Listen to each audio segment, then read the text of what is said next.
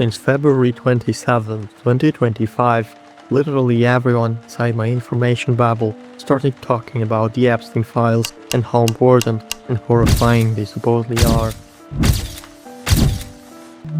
A huge number of conspiracy theories appeared around so-called hidden elites, who allegedly organize secret ceremonies, abduct, and even consume beings. Most of these stories, however, turned out to be completely false, product of paranoia, imagination, and internet fiction. Then came all the rumors, the tasteless memes, and the so-called jokes that managed to spread even into Eastern European online spaces. And I remember the Palm Beach Pete, who suddenly went viral because of his striking resemblance to, well, you know who. I remember seeing his video for the first time in March 2026. Before that, I honestly didn't pay much attention to the whole situation because it was happening thousands of kilometers away in America. But when I saw him, my first reaction was genuine surprise. For a second, my brain literally went, wait, he's alive? And I also remember seeing a video posted by an account with a verified page supposedly belonging to Jeff. I laughed when I noticed that the account was following Big Yahoo and the Orange Man, and then I clicked the link in the profile and it turned out to lead to some random Russian Telegram channel. I believe this was a classic traffic generation tactic a method used to attract curious people and redirect them to other channels. There are even people whose entire job is basically doing this kind of stuff. But today, looking around, it feels like people have already started forgetting about the files and the whole discussion surrounding them. There are new distractions now, for example, UFO files. And many influencers immediately switch topics, chasing the next viral wave. And honestly, looking back at all of this, you start realizing how easily the internet can normalize horrifying things. It can take something deeply disturbing and transform it into just another meme with a funny song playing in the background.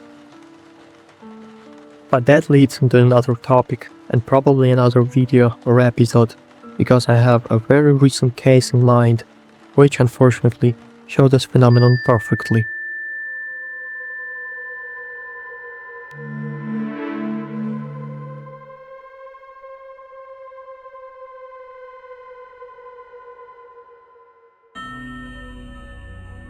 In this video, I will not tell all that you have heard already, his biography and criminal story.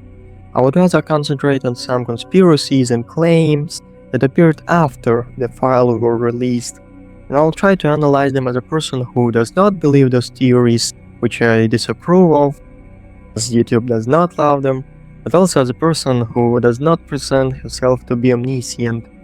This video is based on some journalist investigation files and some online discussions. Disclaimer, and enjoy the video.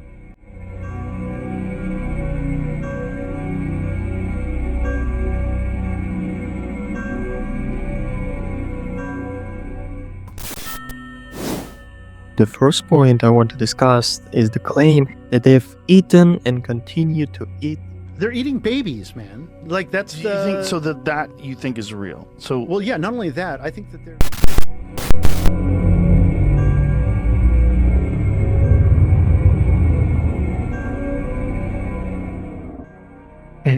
Well, as well as the accusation of... To be honest, this is quite a difficult topic because I cannot completely prove that it is either true or just a complete fantasy. Many of these disturbing theories appeared on TikTok, however not every TikTok video is 100% accurate. Just to give an example. Black people are the Anunnaki. And there was a task force of us that were supposed to alter the genetics of the cavemen and the cave women. And they were called the Moors. They were supposed to remove their tails and give them the ability to reproduce.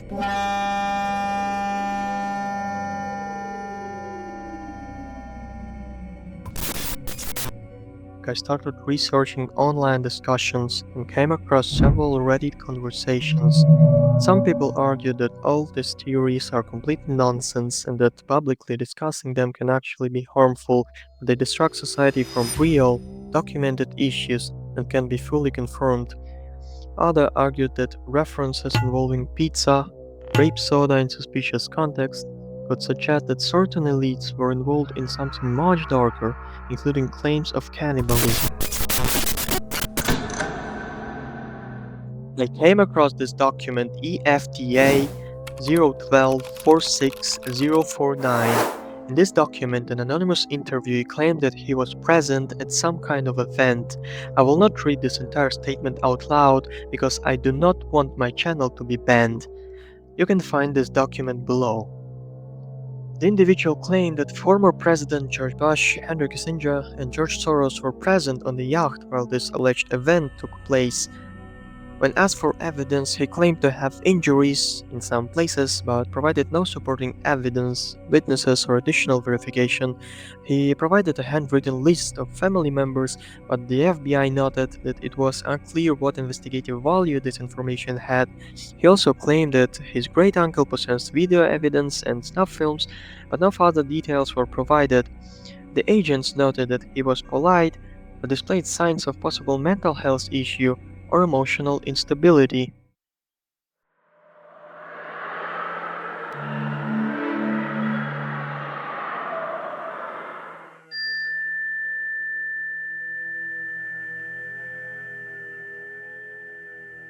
Another interesting document is EFTA 017-58-92-6. These are casual emails between Jeffrey Epstein and a French banker where they joke about shrimps and sharks. However, one line stands out. Epstein says that he has an aquarium full of girls on his Caribbean island, which is obviously a disturbing statement. Overall, the conversation remains suspicious with possible hidden meaning that are difficult to ignore, as well as the file EFTA 02440165, which, if you read between the lines, sounds extremely disturbing. Another point is the video clip of Gabriela Rico Jimenez. I believe many of you have already seen it. This case was quite difficult to investigate because searching her name does not reveal much reliable information about her background or biography. Gabriela Rico Jimenez, as internet suggests, was a Mexican model who on August 3, 2009, reportedly escaped from a private party at the Fiesta Hotel Monterrey in Mexico and accused those present of eating humans, mentioning individuals such as Carlos Slim and Queen Elizabeth II. She was later arrested by police and disappeared from public attention. At the time, the incident was attributed to possible mental instability or reaction to drugs.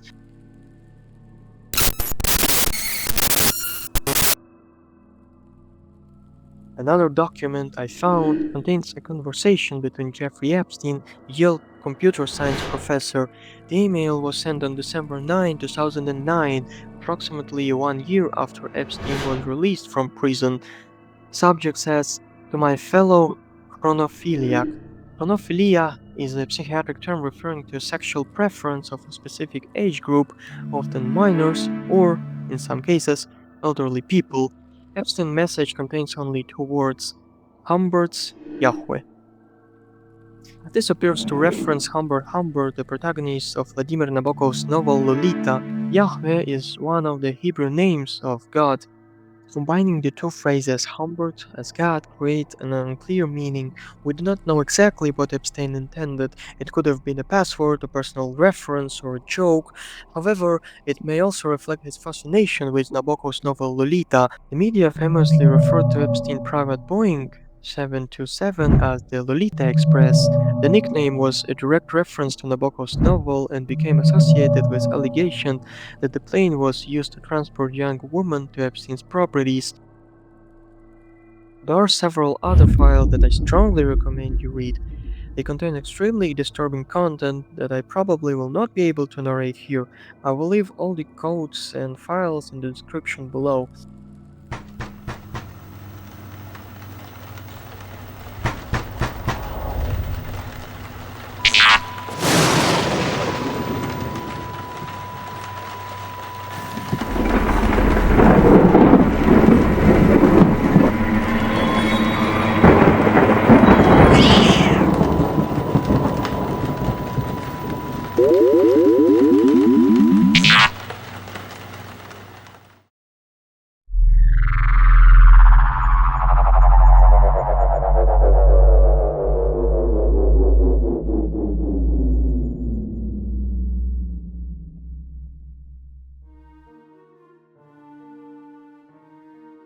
While Jeffrey Epstein's crime spanned the globe, his private island of Little St. James in the Caribbean became the ultimate symbol of his impunity. New accounts from local workers revealed that Epstein was allegedly so brazen that he brought what appeared to be underage girls to his private island as recently as 2019.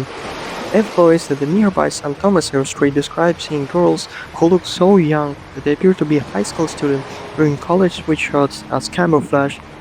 Shockingly, despite being a registered sex offender, local authorities appear to pay little attention, with the police chief claiming that he did not know who Epstein was. One employee added that he and his co-worker would joke about what they were seeing. Every time he landed or took off, it was always brought up. We always joke how many kids are on board this time. People arrived on the island either by helicopter or by boat. The main structures included doghouse, helipad buildings, main residence, several cabanas, tennis court, pool, small park with a fountain, dump store, sundial, and a famous temple-like structure. The last two are the most discussed, the sundial and the so-called temple. Sundials are ancient tools that tell time by using the shadow of the sun. The first sundial were created thousands of years ago by Egyptians and Babylonians. Later, Greeks and Romans improved their design using astronomy and mathematics. For centuries, people relied on sundials before mechanical clocks were invented. Today, they are mostly used as decorative objects. However, some people believe that the sundial on Epstein Island was changed, and originally it had certain brightly colored benches around it, which some internet conspiracy theorists interpreted as representing the certain ruling bloodlines. Some online theories have connected these features to occult or Masonic symbolism. However, there is no verified evidence that the sundial was designed for occult purposes or that it was used in any rituals.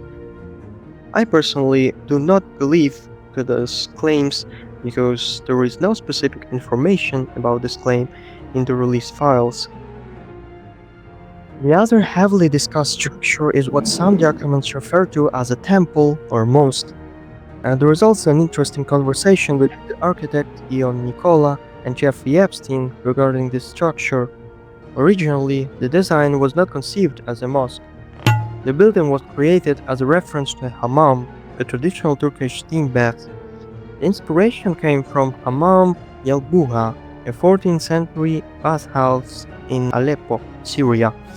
But it is not entirely clear what was conceived so unique or significant about this design, as satellite images suggest that the Golden Dome was added to the structure sometime between July 2013 and March 2014.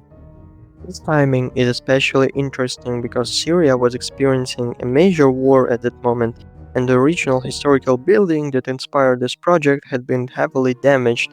Eventually, however, the plan to create a true hammam was abandoned, and the structure evolved into an office building or relaxation room.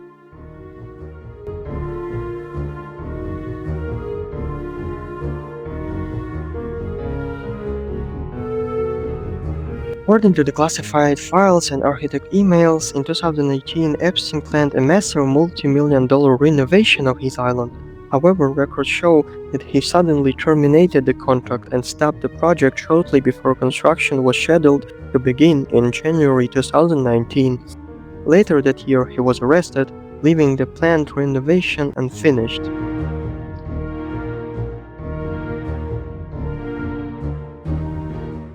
Inside, the building appears unfinished, but there are some unusual details, including an enormous bed-like structure and a decorative ceiling featuring zodiac symbols.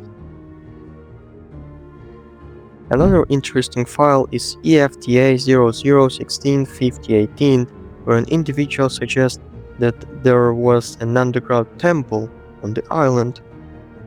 There are many online speculation claiming that there was a hidden underground entrance near the temple. However, based on available footages, there does not appear to be anything that clearly resembles a secret door or hidden passage.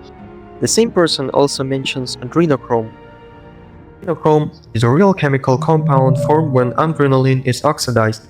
The mention of this chemical is often connected to Pizzagate, a conspiracy theory that falsely claimed a child trafficking operation was being run from a Washington, D.C. pizza restaurant.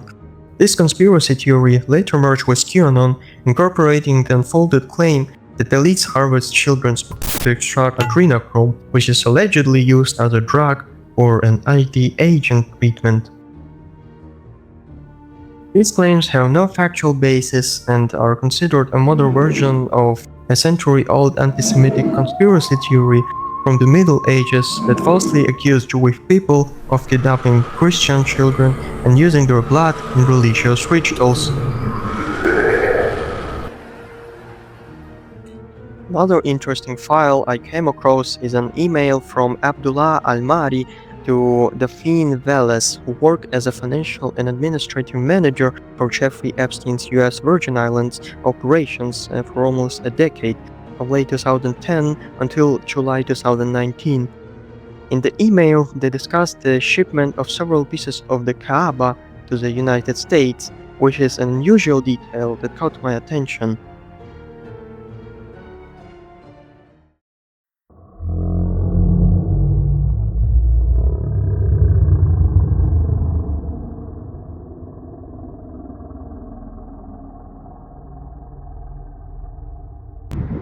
Hey guys, it's Palm Beach Pete. Hey guys, it's Palm Beach Pete. Shalom Bakat.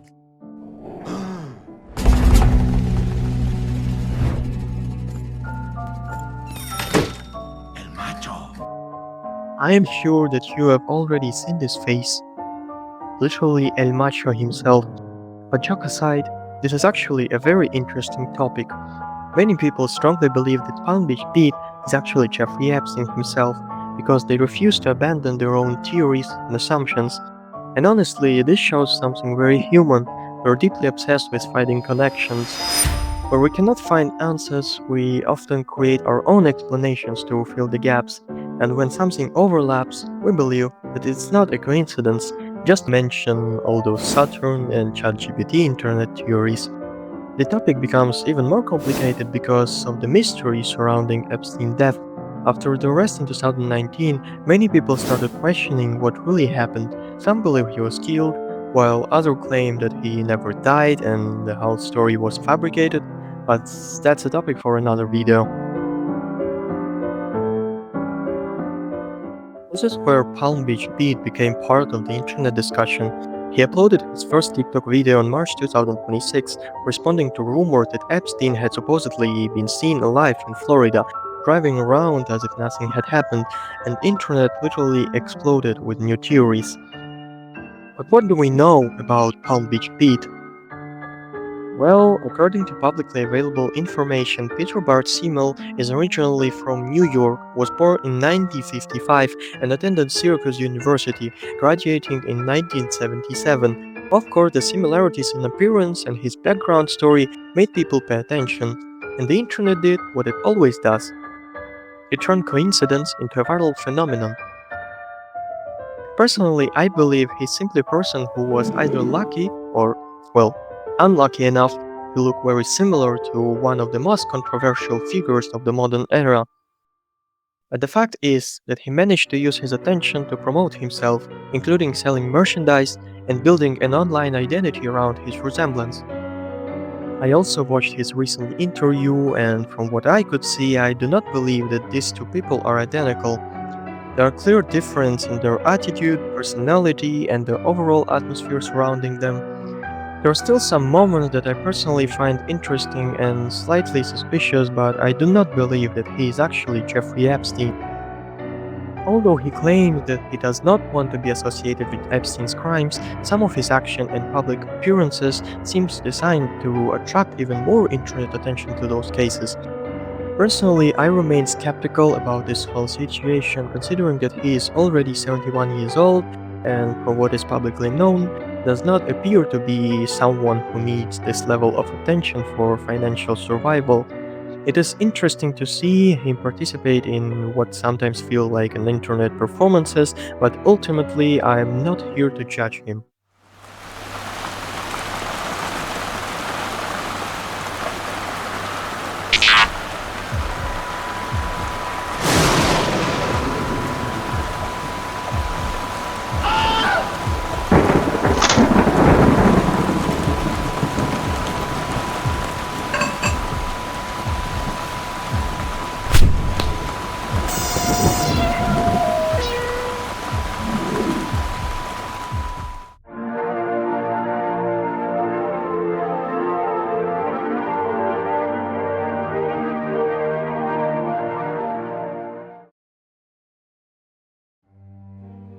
One of the first memes I remember seeing, and I'm pretty sure you've already seen it too, was that famous edit showing Jeffrey Epstein alongside various politicians, celebrities, and other powerful figures. Most of these edits were incredibly tasteless, and that's what many people expressed in the comment section. All these memes turned a story about the abuse of minors into a viral entertainment and normalized it for millions of people. For looking for some of the largest TikTok accounts posting Epstein-related content, I noticed something interesting. Many of the most viral videos came from accounts that normally uploaded completely unrelated, almost childish content. In many cases, their Epstein videos received significantly more views than anything else on their pages. Many accounts also use Epstein-related videos to promote their own websites or Telegram channels. Their goal was simple. They tried to generate traffic and profit from the situation. Unfortunately, that's how the internet often works. Business is business.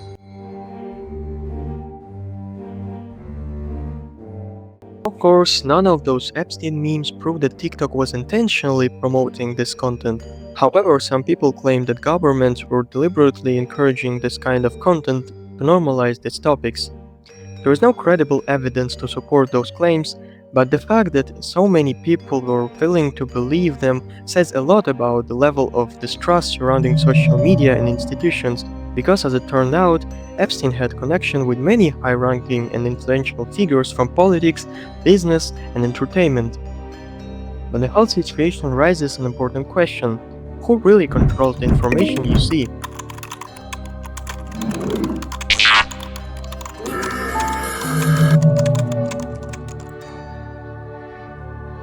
We know that algorithms decide what appears on your screen next.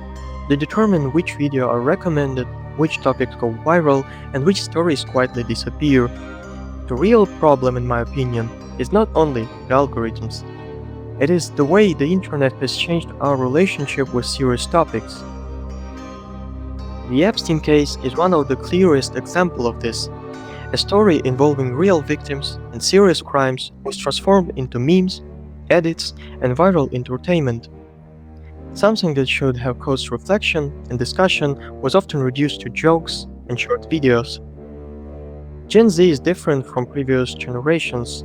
We grew up surrounded by unlimited information, constant entertainment, and social media algorithms.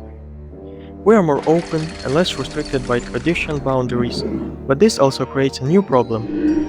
Sometimes the line between what is socially acceptable and socially unacceptable becomes blurred.